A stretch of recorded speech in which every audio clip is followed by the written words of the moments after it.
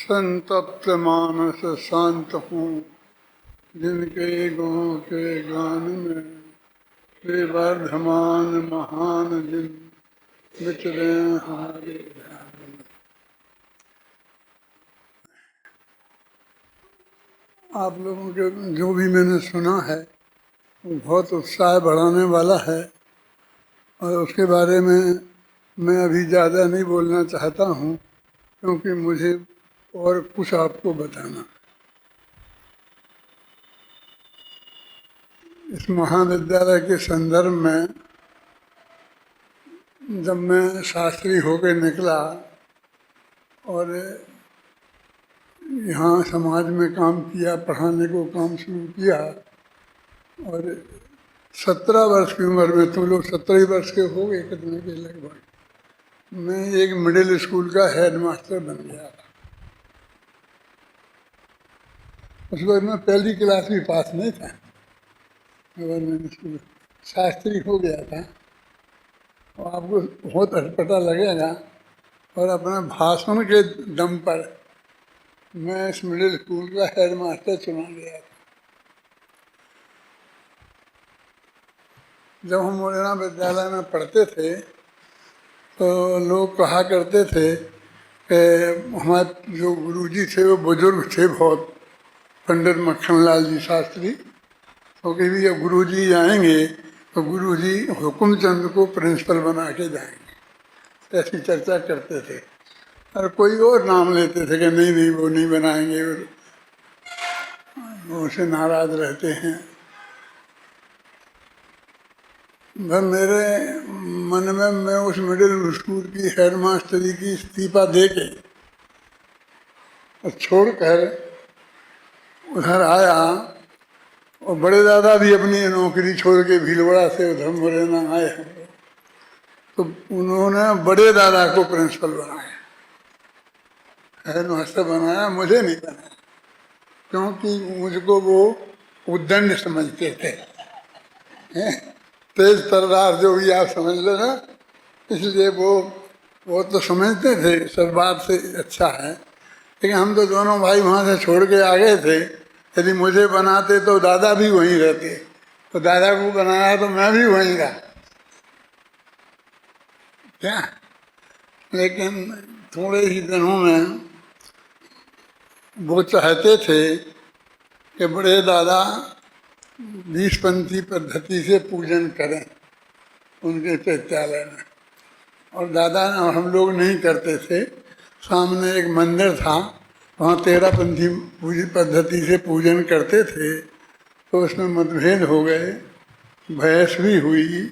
उनने एक ऐसी मीटिंग रखी, जैसे तुम अपन रखते हैं ना गोष्ठी, उस पर बहुत भाषण दिया, हम लोगों ने भी अपने विचार रखे, और आखिरकार हम लोग वहाँ से इस्तीफा देके छोड़ के आ गए।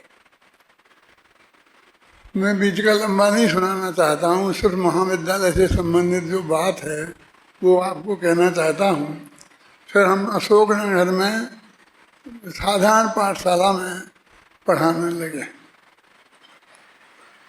लेकिन छोटे छोटे बच्चे, उनको जो धर्म पढ़ाते थे, तो मुझे लगता था कि हमने जो न्यायदीप का, परीक्षा में तत्वार सूत्र ये सब पढ़े हैं, उसका क्या मतलब है, लघु सिद्धांत कौमुदी। तो मैंने कुछ अपनी ही बराबरी के लड़के इकट्ठे किए 5-7, वो अभी भी होंगे कहीं बड़े बड़े, और उनको मैंने न्यायदीप का, परीक्षा में सूत्र, लघु सिद्धांत कौमुदी ये पढ़ाए। यानी मुझको ये विद्यालय का ये जो पाठ्यक्रम आपको पढ़ाया जा रहा है, उसे पढ़ाने का इतना शौक था।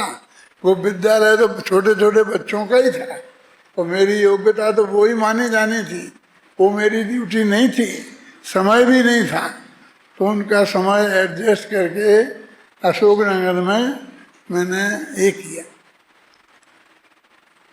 खैर वो तो जो हुआ, ज़्यादा चलने का एक सवाल नहीं था, 5-7 विद्यार्थी तैयार हुए थोड़े, और फिर मैं इंदौर आ गया। इंदौर से गोदका जी मुझे इधर ले आए, तब मैंने उनसे पूछा कि मुझे क्या करना है, तो बोले कि गुरुदेव श्री के तत्व ज्ञान को जन जन तक पहुंचाने का काम करना है, मुझे जैन दर्शन का एक विश्वविद्यालय खोलना है। मैंने कहा आप जानते हैं विश्वविद्यालय क्या होता है? मैंने एक योजना बनाई 15-16 पेज की, तो 3 दिन में उनको दी कि आपको गुरुदेव श्री का तत्व ज्ञान का प्रचार प्रसार करना है तो आपको एक काम करना चाहिए। उन्होंने पलट पलटू के देखी और कहा कि आप जो करना चाहते हैं वो करना, बस जो व्यवस्था मुझे करना है आप बताएंगे, मैं वो सब व्यवस्था कर दूंगा। खैर मैं यहाँ आ गया और मैंने सोचा क्या करूं, तो मैंने कहा देखो 2 तरह के काम मुझे करना चाहिए। एक काम तो तात्कालिक, कि जो तत्काल दिखे काम कुछ, और एक जरा लंबा। अब लंबा काम करेंगे तो कोर्स बनाएंगे, पाठ्यक्रम बनाएंगे, किताबें लिखेंगे, फिर उनके लिए पाठशालाएं खोलेंगे, पढ़ाएंगे, परीक्षा बोर्ड, ये लंबी लंबी जो योजनाएं मेरे दिमाग में थी, तो उनको जमीन पर आने में 2-3 साल तो लगेंगे ना। तब तक लोगों का धैर्य खत्म हो जाएगा कि कुछ नहीं हो रहा है। हमारे गुरुजी यहाँ आए थे, उनने देखा कि मैं यहाँ पर हूँ और क्या करता हूँ कि प्रवचन करता हूँ, बड़े मंदिर में प्रवचन करता हूँ, यहाँ प्रवचन करता हूँ। तो उनने वहाँ से वो निकाली स्मारिका, तो उसमें मेरा नाम लिखा और मेरे नाम के आगे लिखा काम प्रवचन। मैं कुछ नहीं करता हूँ, समझे ना, सिर्फ प्रवचन करता हूँ, जबकि मैं अपना काम कर रहा था तेजी से जो मुझे करना था। तो मैंने तत्काल के हिसाब से यहाँ एक छात्रावास खोला, वैसा छात्रावास जैसा मंगलायतन का है उस टाइप के और जगह हैं खोले, और 32 विद्यार्थी मैंने यहाँ भर्ती करे। अब वो यूनिवर्सिटी में पढ़ते थे, कोई LLB में, कोई MA में, कोई MS, इन बड़ी बड़ी पोस्ट ग्रेजुएट क्लासों में उनको अपनी पाठमालाएं 2-3 भाग पढ़ाना और उनको यहाँ रहने की और भोजन की सब व्यवस्था करना कि तात्कालिक दिखे काम।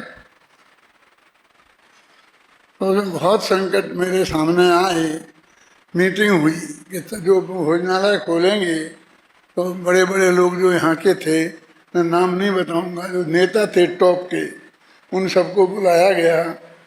और इसी ऑफिस में जब वो था, मीटिंग रखी गई, मेरे घर से चाय बन के आई और उसमें एक बहुत बड़े आदमी ने जो गोदका जी के बहनोई थे, नाम बता रहा हूँ, और उनका गोदका जी पे बहुत प्रभाव था।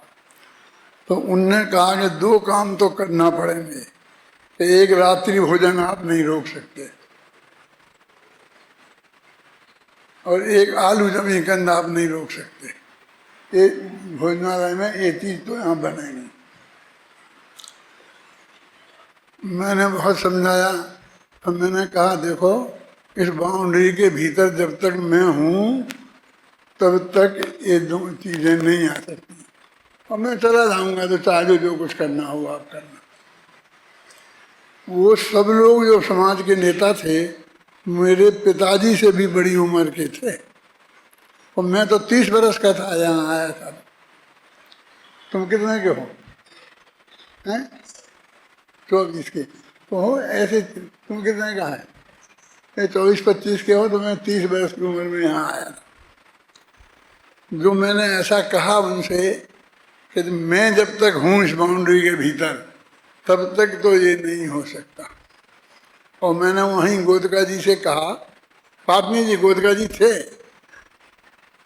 क्या पूज्य गुरुदेव श्री से आप स्वीकार करा सकते हो ये जो ये कह रहे कि रात्रि भोजन और जमीकंद ये यहाँ चले स्मारक में, ये स्वामी जी से स्वीकार करा सकते हो आप? वे चुप रहे, कुछ बोले नहीं। सन्नाटा छा गया, चाय आ गई थी, चाय कप में रखकर सबको परोस दी गई, किसी ने छुई नहीं, और नाराज होके सब उठ के चले गए। वो मेरे घर की बनी हुई चाय वहीं रखी रही इसी ऑफिस में, और वो लोग नाराज होके चले गए कि ये आया है ना एक कल का छोकरा, और हमसे कहता है कि जब तक मैं बाउंड्री के भीतर रहूंगा तब तक ये नहीं होगा, इस भाषा में बात करता है, हमें क्यों बुलाया। वो चले गए, गोदका जी भी उनके साथ चले गए। फिर इस चौराहे तक पहुंचे, जो है ना जिसको अपन खूनी चौराहा कहते हैं, ये जो टूरमल चौराहा बनने वाला है, वहां जाकर के डंडिया जी ने गोदका जी से कहा, डंडिया जी मैंने गोदका जी के बहनोई, वो बहुत बड़े शिक्षाविद, के क्या आप ऐसा हो सकता है, यहाँ के विद्यार्थी आएंगे रात में नहीं खाएंगे, ये हो सकता है, अपने घरों में नहीं खाते हैं, अपने बच्चे नहीं खाते हैं। उन्होंने कहा कि देखो भाई, जो पंडित जी ने कहा होगा तो वो, और फिर चाहे जो हो चाहे नहीं, बिल्कुल इस सब शब्दों में गोदका जी हैं। आपने बहुत अच्छी स्टेज समझाई कि जिसमें गोदका जी दीवार से ही दिख रहे हैं, मुझे बहुत अच्छा लगा। होगा तो वो जो पंडित जी चाहेंगे। फिर सब सन्नाटा छा गया और सब अपने अपने घर चले गए, गोदका जी अपने घर चले गए। उस वक्त फोन वोन तो कुछ थे नहीं। शाम का टाइम हुआ तो हम घूमते घूमते गोदका जी के घर गए, तो वो उनके छज्जे पर वो डंडिया जी और गोदका जी बैठे थे। हम पहुंचे तो उसके खड़े हो गए, गोदका जी भी वो भी, और उनने हमसे माफ़ी मांगी कि हम आपसे माफ़ी मांगते हैं जो हमने आपका अपमान किया, और आपको जैसा भी जो करना हो आप करो, हमें कुछ नहीं कहना। जो उनने उनसे कहा होगा और उनने जो भी जवाब दिया होगा, वो छात्रावास खुल गया, लेकिन अपनी शर्तों के आधार पर। और हमने दूसरा काम भी शुरू कर दिया, बाल बोध पाठमालाएँ लिखना शुरू कर दिया, प्रशिक्षण शिविर की योजना बनाना शुरू कर दिया। ये सब करने का हमारा महाविद्यालय उसी वक्त खोलने का विचार था, लेकिन ना तो उस वक्त ऐसे विद्यार्थी मिलते, ना आते, ना ये तत्काल इतना जल्दी हो नहीं सकता था। आखिरकार 1 साल के भीतर ही भीतर उसमें इतना झगड़ा खड़ा हो गया, किसने किया क्या किया मैं आपको कोई बताना नहीं चाहता हूँ। मेरी जन्म कथा में मैंने लिखा है, तो जब मैं मर जाऊँ जब पढ़ लेना, पहले आ जाए तो पहले पढ़ लेना। लेकिन मैं वो 1-1.5 साल के भीतर ही वो जो छात्रावास खोला था वो टूट गया। और उसके इतना वो हुआ, मैं थोड़ी बताऊं कि वो मैंने विद्युत परिषद बुलाई थी, जिस विद्युत परिषद का मैं अभी अध्यक्ष हूँ ना 8-10 साल से, उस विद्युत परिषद के अध्यक्ष उस वक्त डॉक्टर नेमीचंद जी ज्योतिषाचार्य थे। उनकी विद्युत परिषद बुलाई थी क्योंकि मैं विद्वानों को सब दिखाना चाहता था, अपनी योजनाएं हम क्या कर रहे हैं, ये सब। विद्वान लोग आए, देखकर बहुत प्रसन्न हुए, और सब बात सब करके, और गोदका जी के यहाँ सबका भोजन था। सब लोग गोदका जी के यहाँ गए हुए थे। गोदका जी चाहते थे कि उन विद्यार्थियों को भी अपने यहाँ भोजन पे बुलाएं, लेकिन जगह इतनी नहीं थी, तो उन्होंने कहा कि यहीं भोजनालय में सब सामग्री भेज देते हैं। तो जो सामग्री विद्वानों के लिए बनी थी वही सामग्री सब उन्होंने कार में भर के यहाँ भेज दी विद्यार्थियों के लिए। और उनमें कुछ विद्वान ऐसे थे जो विद्यार्थियों के बीच में घुस गए थे और उन्हें भड़का रहे थे कि कांजी स्वामी के चक्कर में तुम कहाँ आ गए हो, ऐसा वैसा है। उनने कहा कि देखो गोदका जी ने तुम्हें अपने घर नहीं बुलाया, और जो बचा खुचा बचा था ना वो तुम्हारे लिए भेज दिया है, तुमको भिखारी समझा। ऐसा कह के उन विद्यार्थियों को भड़काया, वो विद्यार्थी भड़क गए, उनने हड़ताल कर दी, वो भोजन नहीं किया, भूखे रहे और बस बहुत बड़ा उपद्रव हो गया। और उसका इतना दुष्परिणाम हुआ कि गोदका जी तो कहने लगे अभी इन विद्यार्थियों को निकालो यहाँ से। मैं कहा ऐसे बीच में नहीं बंद कर सकते हैं, यूनिवर्सिटी बगल में है, ऊधमबाजी हो जाएगी, अब शांत रखो, अपन करेंगे। नहीं नहीं नहीं, मुझे 1 मिनट नहीं रखा। और वे तो एकदम गर्म हो गए, निकाल, जो 1-2 लाख रुपया खर्च हो जाए तो हो जाने दो, निकालने में। बाबू भाई थे मौजूद यहाँ, वे हमारे ट्रस्टी थे, पहाड़मी जी सब थे। बाबू भाई बोले मेरे से कि डॉक्टर साहब आप इन विद्यार्थियों के चक्कर में मत पड़ो, आपको किसी का सहयोग करना हो ना तो उसे जितना बोलो स्कॉलरशिप दे दो, हम करेंगे व्यवस्था। जिसको देना हो, सहयोग करना हो, स्कॉलरशिप दे दो, लेकिन यहाँ रखने का धंधा नहीं करो, इस झंझट में नहीं फंसो। अब वो भी ऐसा कौन लगे। इन्हीं हमारे सबसे बड़े सहयोगी गोदका जी, बाबू भाई, पाटनी जी, ये लोग थे। अभी ये लोगों के ऐसे विचार हो गए तो हमारा जो हम महाविद्यालय खोलना चाहते थे वो 10 साल पीछे पिछड़ गया। उसकी बात करें तो सब लोग विरोध करेंगे, नहीं नहीं विद्यार्थियों को रखने का काम तो करने ही नहीं। एक काम 10 साल पिछड़ गया। हमारी जो योजना थी ना, वो हमने मुश्किल से समझाया कि अभी 2 महीना चलने दो, अगली साल जुलाई में अपन विद्यालय खोलेंगे ही नहीं, उसको वो नहीं निकालेंगे क्या सूचना कि हमारे यहाँ छात्रावास खोलने के लिए, तो कोई विद्यार्थी आएगा ही नहीं, हम भर्ती नहीं करेंगे, तो विद्यालय अपने आप बंद हो जाएगा। इस तरह वो बंद हो गया। अब आप समझ लीजिए कि जो लोग असली कार्यकर्ता थे और जिनसे ये विद्यालय चलना था, जो पैसे की व्यवस्था करते, जो पीछे पूरी ताकत से खड़े रहते, तो ये विद्यालय चलाया जा सकता। अब उसकी तो बात करना संभव नहीं रहेगा। फिर ये अपना 10वां शिविर प्रांतिज में लगा, प्रांतिज है गुजरात, वहाँ लगा। और वहाँ फिर मैंने कोशिश की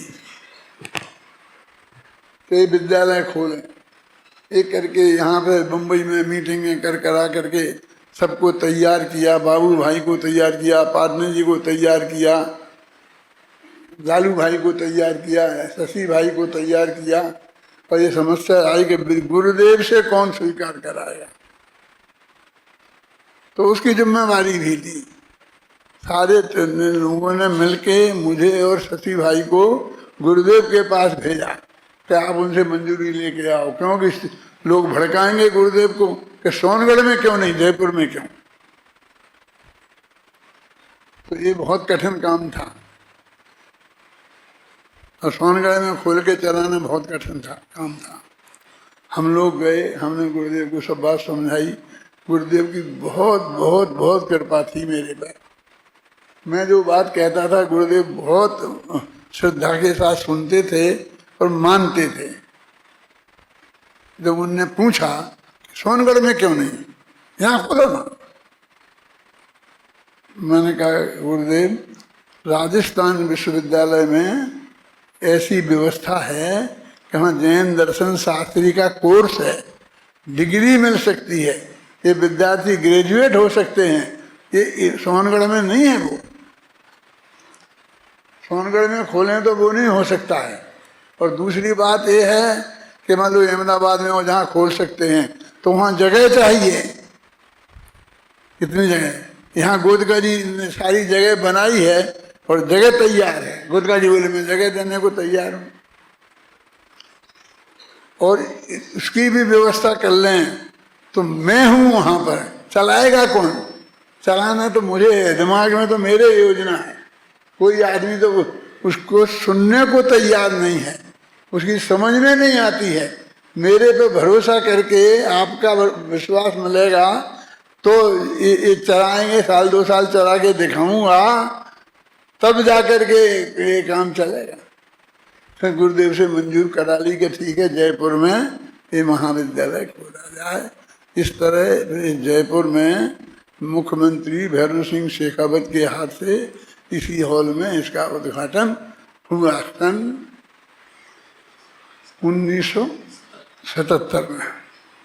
ये घटना में 67 में आया था और 67 में वो छात्रावास खोला था और 77 में जाकर के ये फिर महाविद्यालय खुला।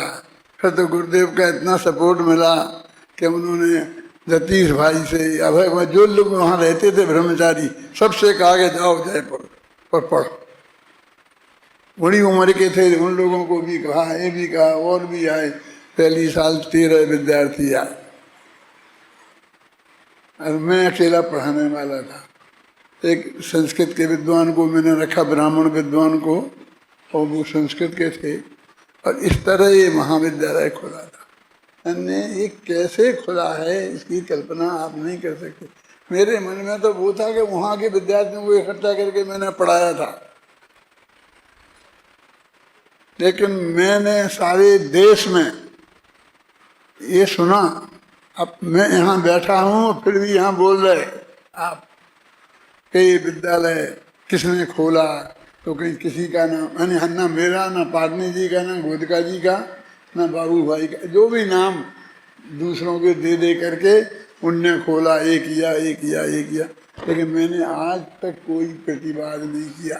ये बात मैं जो आज आपको सुना रहा हूँ, ये आज तक मैंने किसी को नहीं सुनाई, न किसी सभा में, न अकेले में भी, कि भाई इसकी कहानी क्या है।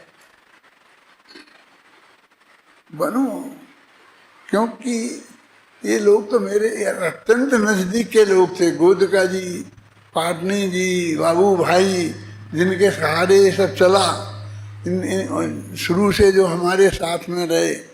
ये महाविद्यालय खुला और सारे फिर विद्वानों को हमने बुलाया। 1-1.5 साल में रहा, दिखाया सब विद्यार्थियों को बना करके। तो वो विद्वान सिर्फ इसलिए आए कि हम देख के तो आए विद्यालय के, हमारे विद्यालय में तो विद्यार्थी नहीं मिलते हैं, और इनके यहाँ विद्यार्थी इतने आ रहे हैं, इनने भर लिए हैं, कैसे आ रहे। हमसे कहते थे तो हम कहते थे अध्यात्म की रुचि के कारण आ रहे हैं, इन्हें मोक्ष मार्ग चाहिए, जैन तत्व ज्ञान सीखना है। तो उनको किसी को भरोसा नहीं होता था। उनके नाम कैलाश चंद जी, जगन मोहन लाल जी, जो बड़े बड़े विद्वान थे, जो विद्यालय चला रहे थे उस वक्त, जिनके विद्यालयों को विद्यार्थी नहीं मिलते थे, वे लोग आए। हमने उनकी क्लासें लगाई अपने विद्यार्थियों की। फिर वो जा के एक कमरे में जाते थे, तो वहाँ पर 2 तखत, जिन पर 2 विद्यार्थी, उनके 2 टेबलें, 2 कुर्सियाँ, 2 ये, और फिर हर एक के इतना शास्त्र, और वो सब व्यवस्था बढ़िया थी। फिर उनसे पूछते कि तुम लोग यहाँ क्यों आए, तो वो कहते हमें आत्मा का कल्याण करना है। जो आप लोग अभी बोलते हो, हमें वस्तु का स्वरूप समझना है, ऐसा बोलते थे उनसे। तो वो क्या बोलते थे कैलाश जी, जैन मोहन लाल जी, कि ये तो ठीक है, आपको डॉक्टर साहब ने रटा दिया है कि कोई पूछे तो ये जवाब देना, इसलिए आप उनके हिसाब से बोलते हो। तुम तो असली पेट की बात बताओ। वो कहते कि नहीं, हम तो इसलिए ही आए हैं, गुरुदेव की आज्ञा हुई है, ये आई है, ये वस्तु का स्वरूप है। लेकिन वो भरोसा नहीं करते थे। उनको ये भरोसा नहीं था कि सिर्फ तत्व ज्ञान के आधार पर बड़ी जैन दर्शन के मर्म को समझने के लिए इस जमाने में इतने विद्यार्थी मिल सकते हैं। वे तो क्या करते थे मालूम, कि अपने यहाँ छात्रावास जैसा चलाते थे और यूनिवर्सिटी में पढ़ने विद्यार्थियों को भेजते थे, और यूनिवर्सिटी के पढ़ने वाले विद्यार्थी वैसे ही होते थे जैसे वे अपने यहाँ थे। इंदौर में, बनारस में, सागर में ये हालत थी। वहाँ के निकले हुए विद्वान निकलते थे, वो एक प्रवचन नहीं कर सकते थे, आज भी नहीं कर सकते हैं। ताकि मिलाओ को देख लो, हैं प्रोफेसर होकर के निकल गए हैं, लेकिन आज प्रवचन नहीं कर सकते हैं। देखना ये हालत है। अपन तो ऐसा चाहते थे कि जो इस तरह का ये विद्वान तैयार हो, इस तरह की भावना। और उस दिन से आज हमारे को भरोसा नहीं था कि इतने दिन चलेगी, मैं इतने दिन जीऊंगा, मुझे तो ये भी भरोसा नहीं था। अब जी रहा हूं, लोगों को बहुत भरोसा है।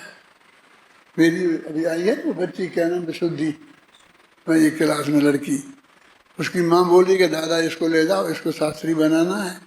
मैंने कहा मैं जीऊँगा कि नहीं जीऊँगा, अभी तुम लोगों को बना दिया, अब मेरा कोई ठिकाना नहीं है, अब मेरे भरोसे मत भेजो। नहीं नहीं, आप तो जियोगे, और मुझे तो दूसरी बच्ची को भी भेजना है और तीसरे को भी भेजना है। तो मैं कि शांति जी से बात करो, मेरे भरोसे मत भेजो। लेकिन नहीं, हमें तो भरोसा है, और आप तो जिंदा रहेंगे। एक लोगों को भरोसा है कि जिंदा रहेंगे, रहेंगे चाहे नहीं रहें, ये विद्यालय रहेगा और वो इसी रूप में चलेगा। ये बात मुझे आपको बतानी थी, इसलिए बता रहा हूँ। फिर जीवन में मैं कभी किसी से कहूँगा कि नहीं कहूँगा, आज तक कही नहीं है, बिल्कुल नई बात है। आप आए हो, आप 5 साल यहाँ रहना चाहते हो, पढ़ना चाहते हो, जैन दर्शन के विशेषज्ञ विद्वान बनना चाहते हो, फिर तो जाएंगे तो साल भर बाद पछताएंगे, 2 साल बाद पछताएंगे। नहीं, कोई नहीं पछताएगा। मैंने तो आज तक नहीं पछताया ना। मैं सचमुच आज मुझको ये नहीं है कि मैं ये नहीं हो करके ये होता तो बहुत अच्छा होता। यदि मैं नेता होता, प्रधानमंत्री होता, मैं राष्ट्रपति होता, मैं कुछ भी होता, जज होता, डॉक्टर होता, ऐसा मेरे दिमाग में कोई कल्पना नहीं है। मैं जो हूँ मैं उसमें बहुत संतुष्ट हूँ। और आप सोच नहीं सकते, मैं दिन भर आपकी क्लास में सुनता हूँ, मैं ज़्यादा देर बैठ नहीं सकता, ना ज़्यादा देर खड़ा नहीं रह सकता। खड़ा तो बिल्कुल नहीं रह सकता हूँ, मैं गिर जाऊँगा यदि खड़ा रहूँगा तो मैं घर पे कुर्सी डाली है ना, तो 5 मिनट बैठता हूँ, फिर 5 मिनट घूमता हूँ, फिर बैठते घूमने से थक जाता हूँ तो जाके अंदर लेट जाता हूँ, स्पीकर चालू रखता हूँ। 24 घंटे ज्ञानोपयोग में रहता हूँ। ये मेरे साथ देख रहता है, क्या नाम, जिनेंद्र, मैं इनका नाम भी भूल जाता हूँ, जिनेंद्र का नाम भी, जो दिन भर मेरे पास रहता है। क्या मैं कहता हूँ बुलाना उसको, किसको सोच के बता रहा हूँ, शांति जी को। इतने नजदीक के लोगों का भी नाम भूल जाता हूँ, गांव भूल जाता हूँ, समझे ना। मैं तुमको पहचानूंगा ना, कि पुराने विद्यार्थियों को पहचानता हूँ, रेल में मिलोगे तो पहचान लूंगा, ये भरोसा नहीं रखना। तुमको ही बताना पड़ेगा कि मैं आपके विद्यालय का विद्यार्थी हूँ, इस क्लास का हूँ, कैसा पढ़ता हूँ, ये तुम्हें बताना पड़ेगा मुझे। अब तो भाग्य से ऐसा मौका आना नहीं कभी, क्योंकि मैं रेल में चल नहीं पाता हूँ, रेल बहुत तेज चलती है ना, तो मैं बाथरूम नहीं जा सकता उतनी चलती हुई, मैं गिर सा जाता हूँ। लेकिन मैं बहुत अंदर से अपने इस काम को देखकर, आप लोगों को देखकर, अपने तत्वज्ञान को देखकर बहुत खुश हूँ। ये सबसे बढ़िया मैं होता तो क्या होता, तो मैं यही कहता कि मैं यही होता, जो मैंने सोचा भी नहीं था कि मैं इतना तत्व ज्ञान के क्षेत्र में इतनी गहराई से चला जाऊंगा। और निरंतर में जो मैंने लिखे हैं ना अभी, उनको मैं पूरा आद्योपांत रोजाना सुनता हूँ। कभी तत्व ज्ञान, कभी कर्म निमित्त पर्याय, कभी कलर, वो क्या नाम, भरत का अंतर्द्वंद, नाम भूल जाता हूँ।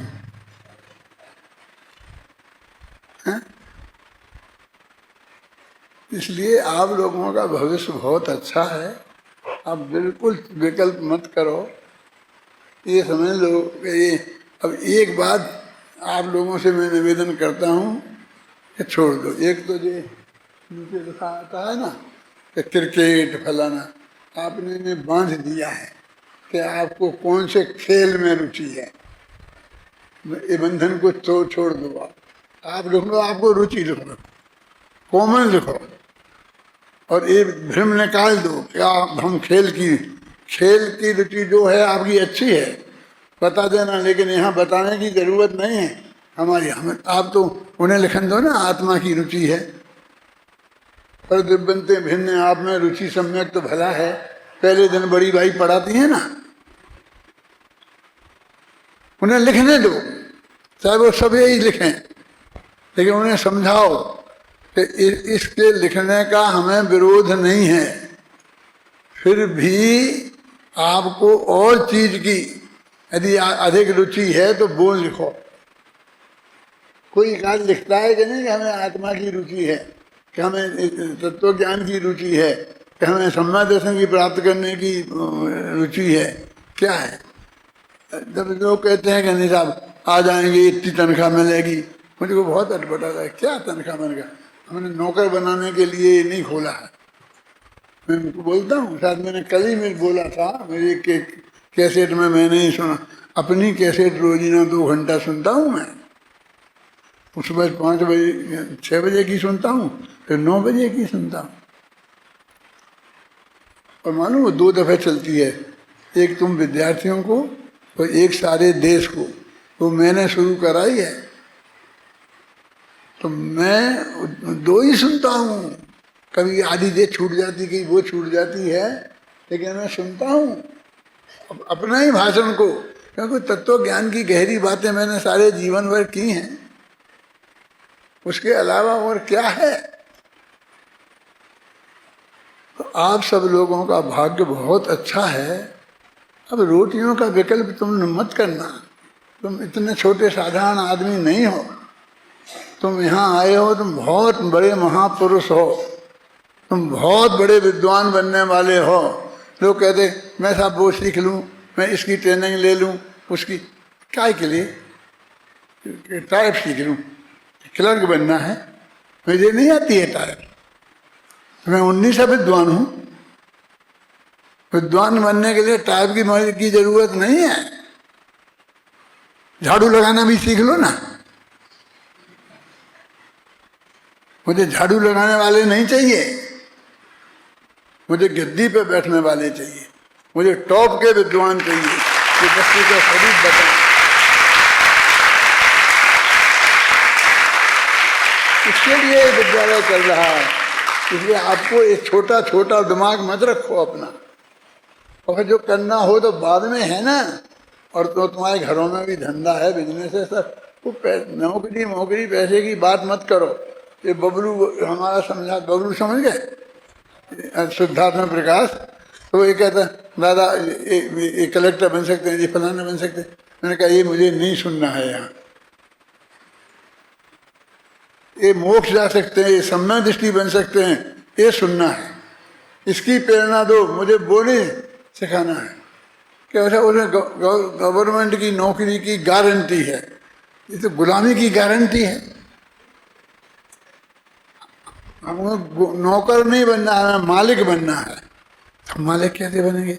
अरे तुम 1000 रुपये महीना कमाओगे ना, तो यहाँ बैठ के गद्दी पे प्रवचन करोगे तो सारे सेठ के नीचे बैठेंगे, और तुम्हारा बढ़िया प्रवचन होगा तो सब तरसेंगे, तो भी तुम सबके नेता बनोगे। तुम छोटे अपनों को छोटा क्यों समझ? अभिमान करने के लिए मैं नहीं कह रहा हूँ। उनमें से मेरे साथियों ने कहा कि आप लोगों को अभिमानी बनाते हो। तुमको मैं अभिमानी लगता हूँ? क्या अभिमान करता हूँ? मैं इन लोगों की गुलामी नहीं करता हूँ तो अभिमान करता हूँ, ये अभिमान है क्या? गौरव से रहना सिखाता हूँ मैं। जब अभय जी जान गए ना इस्तीफा देगी, तो उन्हें बहुत समझाया मैंने कि मत जाओ, तुम यहाँ विद्यार्थियों के गुरु बनोगे। ये शांति जी जा रहे थे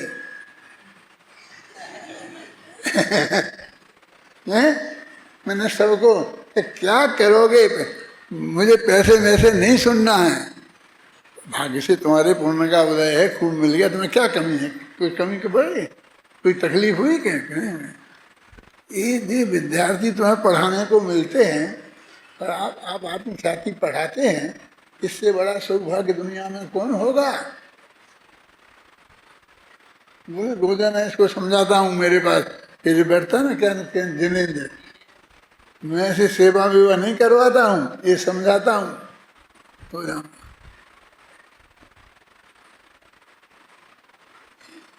ये जो तुम्हारे अध्यापक लोग हैं ये बहुत अच्छे हैं, वो बहुत काम करते हैं, लेकिन अभी भी मैं इन सबसे अधिक काम करता हूँ। 88 वर्ष का हो गया। सुबह 4:30 बजे उठ जाता हूँ, 5 बजे के पहले तो गारंटी से उठ जाता हूँ, और 12 बजे के पहले सोता नहीं। और ये मेरा निरंतर चलता रहता है स्वाध्याय, इसके अलावा कुछ नहीं करता मैं, कुछ नहीं।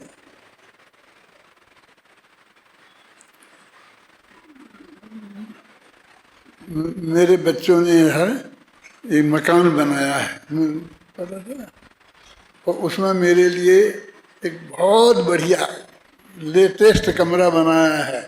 ऐसा बाथरूम के जितना एक तुम्हारा पूरा बेडरूम होता है ना, उतना तो बाथरूम, और लेटेस्ट। ओके दादा आपको वहाँ चल के रहना पड़ेगा। मैं कहीं नहीं जाने वाला हूँ, मुझे संस्थान ने क्या छोटा मकान दे रखा है, मुझे क्या कमी है। मैं अपने विद्यार्थियों के बीच में रहूँगा कि मैं तुम्हारे पास वहाँ जाऊँगा,